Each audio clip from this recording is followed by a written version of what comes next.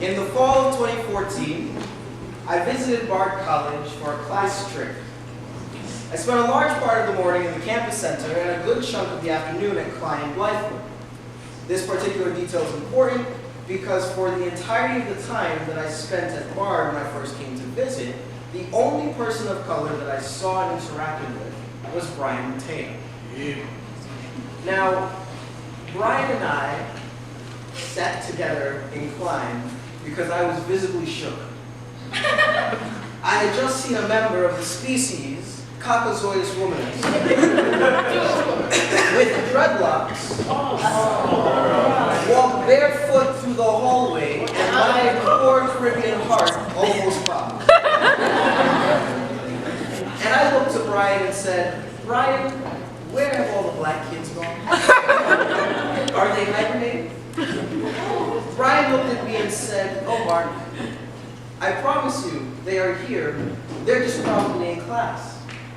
And so I thought to myself, he's right.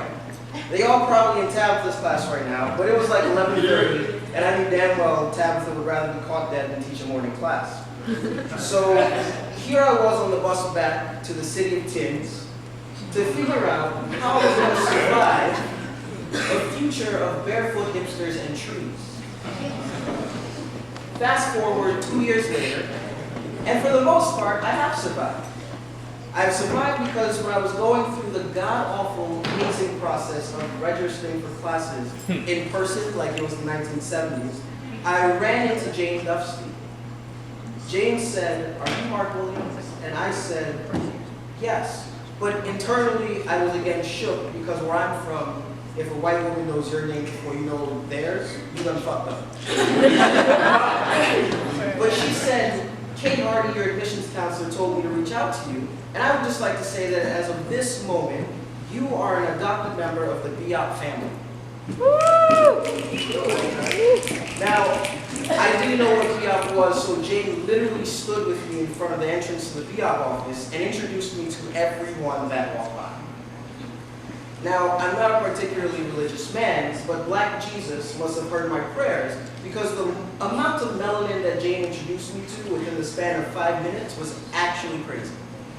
I've never seen so many black folks in one place that wasn't a cookout, a sneaker release, or a concert. So I was like, hibernation season was over, and every black person and their mama came out to play. Now, I have to say, if there is one thing that I love about this place, it is that by far the black students are the happiest people I've ever met. Woo! And it's because of this, when I think back about those who will have made my time here at Bard surviving, it will have been black students. But the moments I think about won't be the protests that we held, or the panels that we sat on, or the monologues where we wore our hearts and souls out. What I'll think about are the moments where we didn't have to come together to educate white folk about our suffering and how the world is not made for us, but requires everything from us nonetheless. I will remember the Biop space, where I could go and be as black and as intellectual as I wanted to be without judgment. I will remember how I continually have to let the black folk from Atlanta know that it gets no better than a New York nigga, and that Migos in future will never be superior to Jadakiss and Nas, no matter how much the bias talks about it. I told you about it. It just isn't true. I will remember the very first bite of king cake that I took, and the many biologically puzzling ways that black kids from New Orleans can move their bodies when they hear Big Frida or the Hell I will remember that it was a black man that strived to make every Thursday night laugh.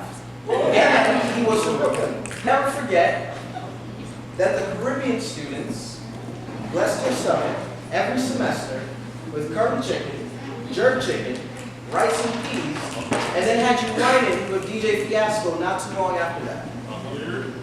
Never forget that Lasso introduced us to more than just suavemente. and platinums every semester as well. And that BSO made it possible for all of this to happen anyway.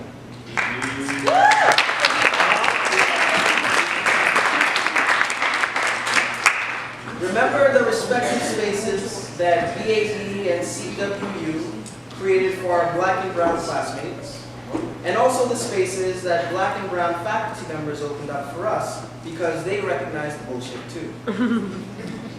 And finally, don't forget to ever shout out the artistic black kids, the alternative black kids, the quiet black kids, and the ones who held it down for all of us in their own special ways.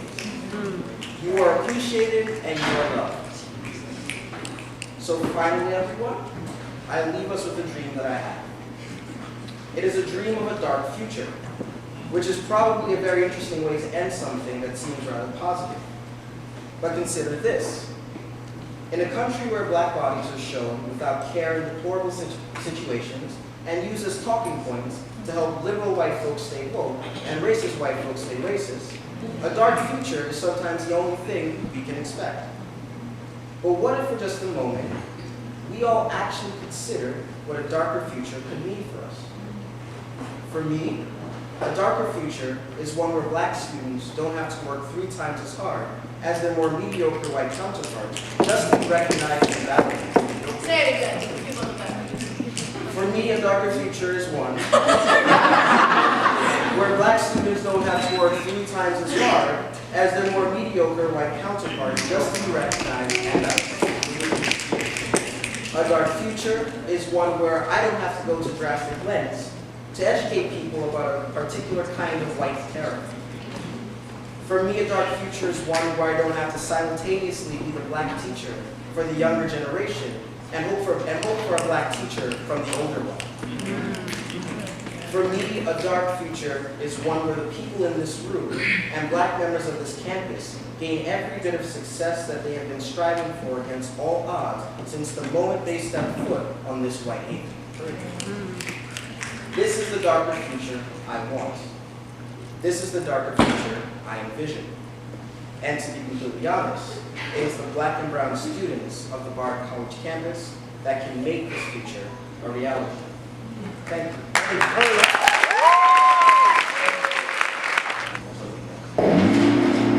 Yeah.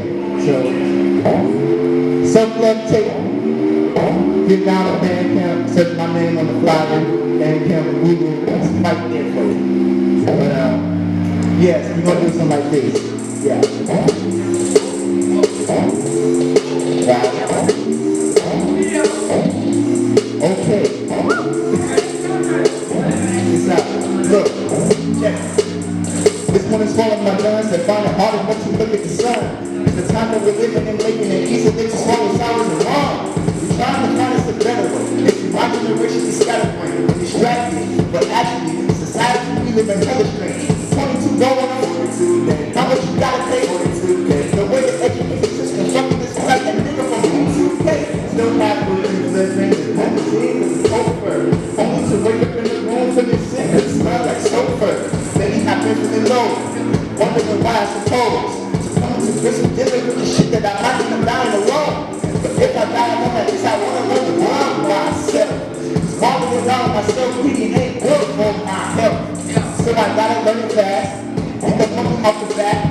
And I love you, mom and dad, but I just cannot fuck with the glad. I'm gonna find a way to make it so they have some better days. So make it real in the future, living like it's the opposite of the vision I had. We gonna shine in a minute. We gonna shine in a minute. We gonna shine in a minute. We gonna shine in a minute. Yeah, right now, minute. They gonna shine in a minute. We gonna shine in a minute.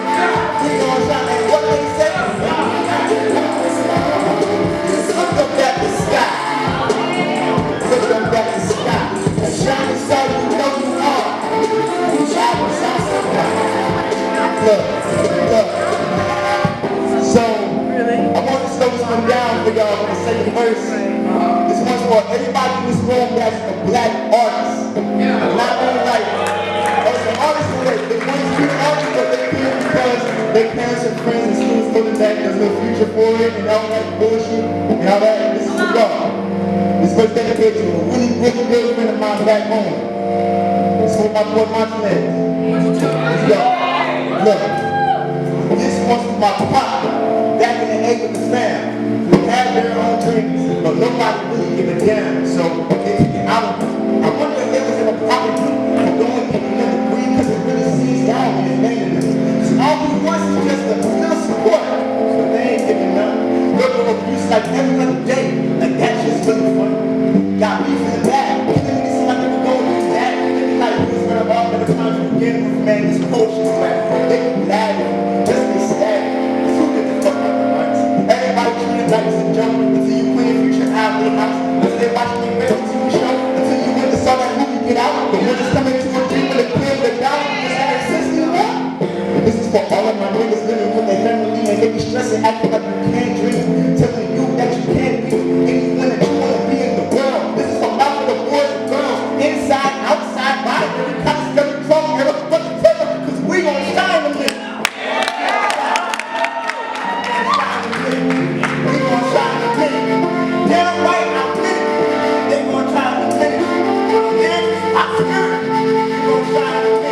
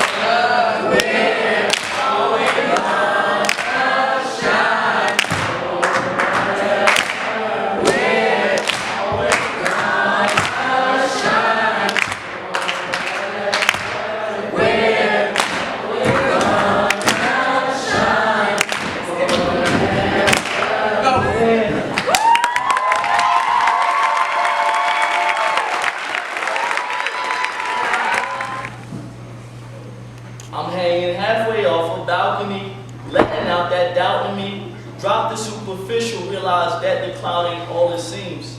I spit my lines, that's that spoken word. That's that touch of soul. We know how to hit that nerve. They say you need curses for emphasis. Well, I don't need to. Clean talk to the people. Let this evidence believe you, not me. Cause your eyes can see.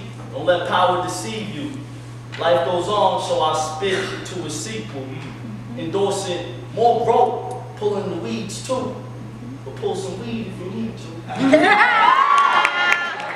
I don't mind, that's your decision. Understand why you do what you do. I'm for more commission. I'm for more foundation. I'm for the whole coalition. I'm talking about us. I'm talking about that pride. Don't let them hide your good feelings for your skin inside, because your skin's outside. We the best. They can't tell me otherwise. I mean, am I right? It's like skin black, that's the all of me. AI is for your teeth. On me, happiness, joy in me. Can't talk with me. I'm a black olive, B. It's not superiority I'm repping. I'm just fighting systematic oppression. Systematic oppression. Black over everything. I said it and I never regret it. Black excellence, black boy joy. Yes. Shout out Big Bro Siddiqui. Wait, he couldn't be here because he visited Stanford for a weekend.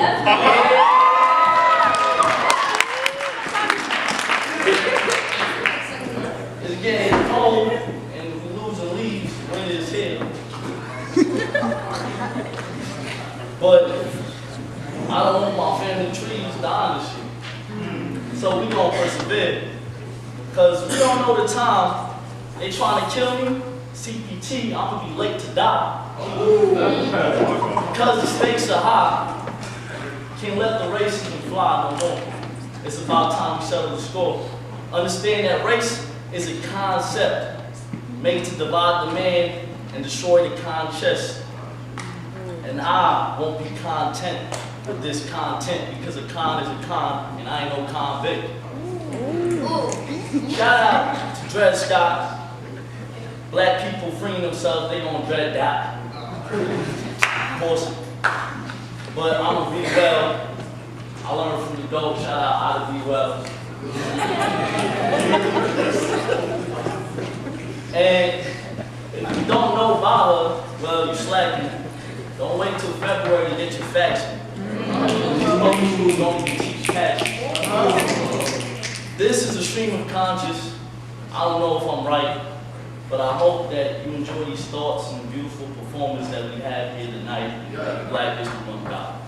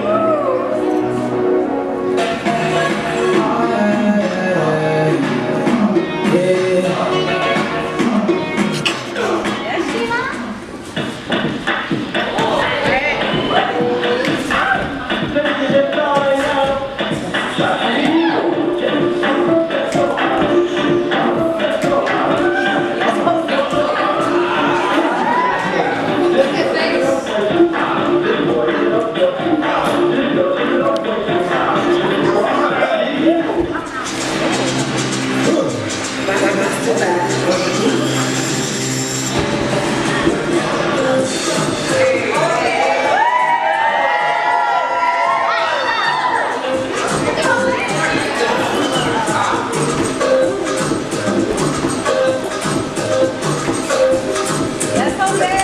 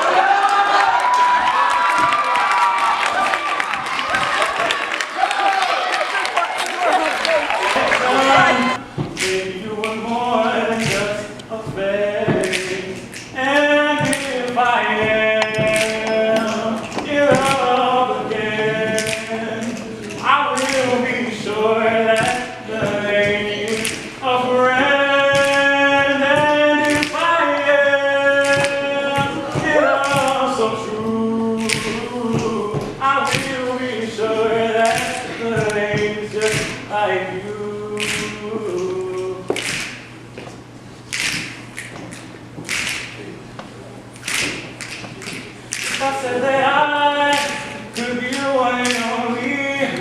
Promise that you'll never leave me lonely.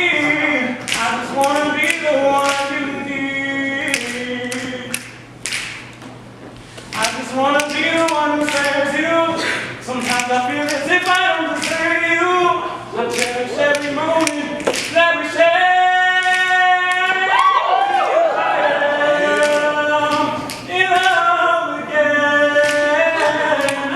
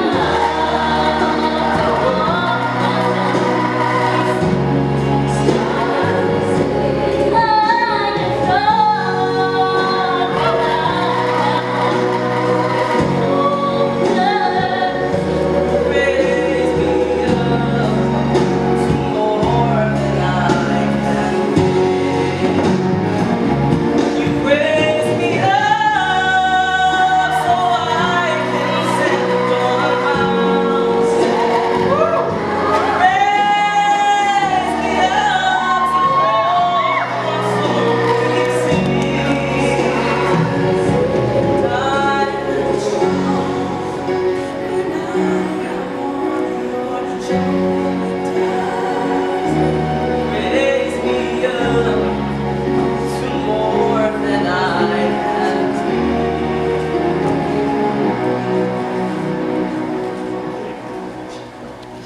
Raise me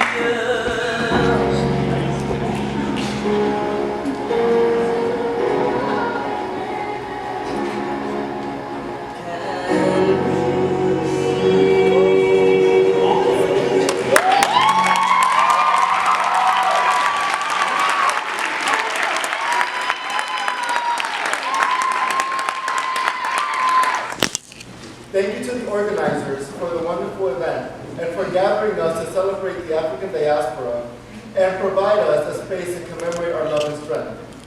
We celebrate our ancestors who have fought and won battles for the belief to live in a country where we are treated by the content of our character, not by the color of our skin.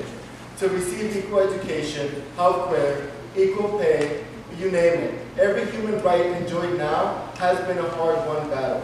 Our ancestors risked their lives to make this happen. They dreamed of a reality that was not theirs and took risks to make it happen for us.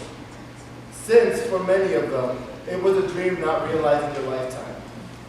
Our ancestors navigated the Underground Railroad, walked into schools surrounded by federal marshals fighting for the right to learn, rallied peacefully while being beaten by the very people meant to protect them. They did change the system. We have a long way to go for sure. That is not to be denied. Yet, we have risen. We have exemplars. We have a reality others dreamed about, and it is now our turn to imagine and dream. Our exemplars are brave beyond our comprehension. Like the man born into slavery in 1839, who stole a Confederate military ship in 1861 and disguised himself as the captain.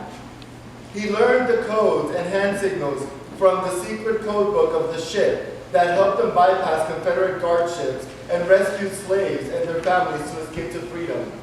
Years later, he ran for Congress and won. This man was Robert Smalls. Or the African slaves brought to Hispaniola by the Spanish and forced to cohabit with the Taino Indians and later colonized by the French. They took note of the dances of the French masters, particularly the waltz during the elaborate parties, which was kind of boring. So they added a skip and a hop in African beats. Eventually, the merengue was born. And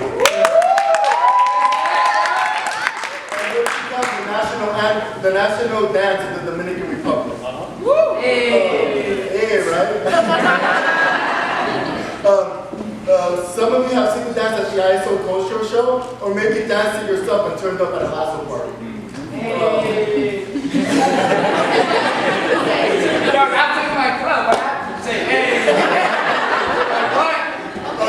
Or Dr. Amina Wadud, who is one of the most prominent and active intellectuals in the United States. After converting to Islam in 1972, she has contributed so many scholarly work to the American Muslim community. She has published works like Quran and Women, rereading the sacred text from a woman's perspective in 1982, and founded the non-governmental organization Sisters in Islam. She has also worked to address women's rights and interfaith relations. We have seen the thread of perseverance, dreaming and looking forward, and determination to blaze their way through adversity. We have kept it moving, not easy. And sometimes we're like, man, when can I take a break? It's exhausting and trying at times. But this is when we turn to our exemplars.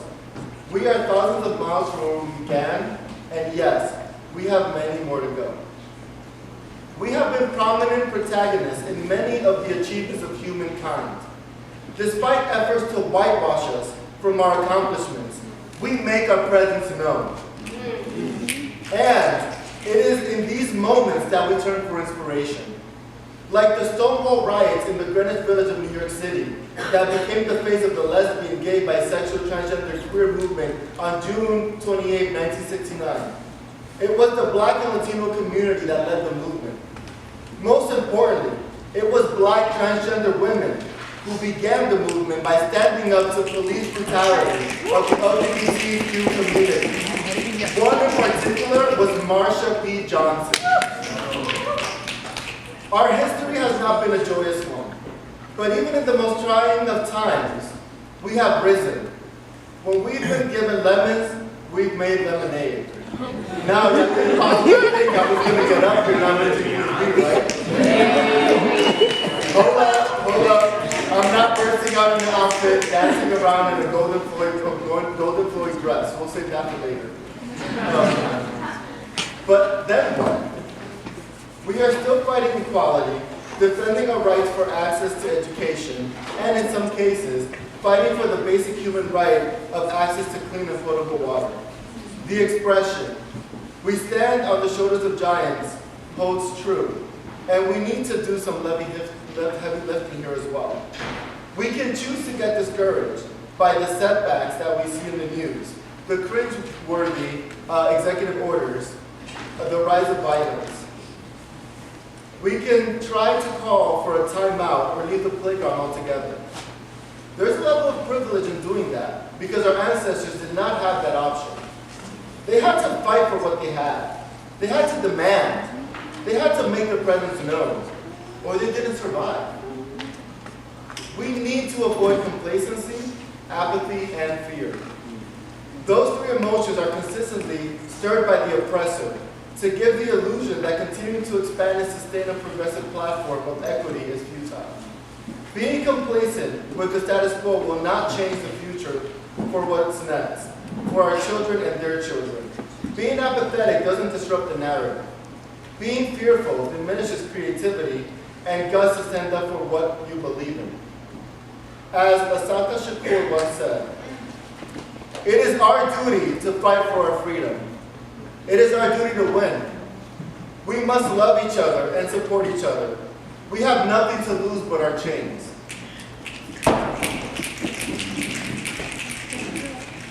I believe in the soul of America. Not always easy. Most of us have had to endure struggle because America struggles itself to be in sync with its identity, and sometimes ignores the values laid out in the Constitution by our forefathers. Although then not understood that all men and women are created equal, it is now understood, at least aspirationally, as true, and that is where we come in. Overwhelmingly, we have seen an outpouring of those who do believe in the aspiration and are committing time and energy to realizing that aspiration. The record-breaking Women's March, courts fighting the Muslim ban, and lawyers representing clients pro bono while traveling to airports. We have seen cities in America, churches, and even higher education institutions becoming sanctuary places for undocumented citizens. You currently attend an institution that is committed to the principles of defending the vulnerable against unwarranted persecution. Let's be real. Immigrants have been the cornerstone of this country and will continue to make America the shining light it aspires to be. Yes, it has taken some time for others to be woke. And some of us are like, really now? Now's the time? Now you choose to see this problem? So, we now strike while the moment is hot. Our business, now that more people are woke, is to continue to build coalition and take the progressive agenda where it needs to go. Someone once told me, there's a difference between equality and equity.